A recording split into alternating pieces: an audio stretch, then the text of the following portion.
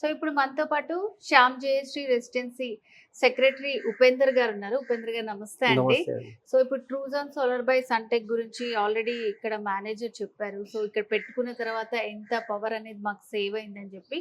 So ఇంకా చాలా doubts ఉంటాయి అన్నమాట.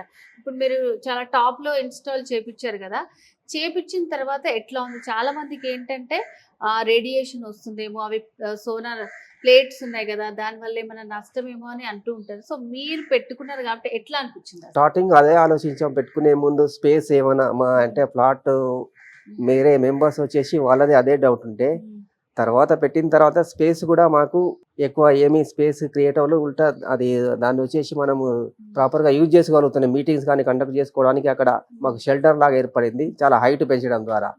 దానివల్ల స్పేస్ ఇష్యూ ఏముండదు. దాంట్లో రేడియేషన్ వచ్చేసి రేడియేషన్ లాంటి ప్రాబ్లమ్స్ ఏముండదు. ప్లస్ క్లీనింగ్ వచ్చేసి కూడా క్లీనింగ్ కూడా చాలా ఈజీగా అవుతుంది. అంటే వాచ్మెన్తో వాటర్ ద్వారా క్లీనింగ్ చేసుకోవచ్చు. దానికి కూడా పెద్ద మెయింటెనెన్స్ చార్జెస్ ఏమి ఉండవు.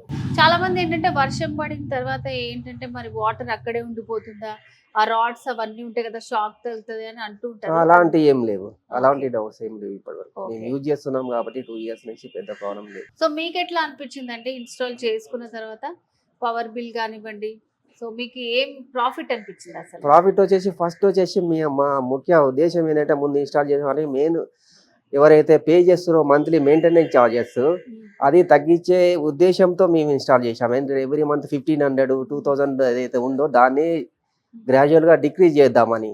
దానికి మెయిన్ వచ్చేసి మెయింటెనెన్స్ చార్జెస్, లిఫ్ట్, జనరల్, ఇది లైటింగ్ వచ్చేసి ఆ ఎవ్రీ మంత్ 10,000 అడిషనల్గా అదే వెళ్తుంది.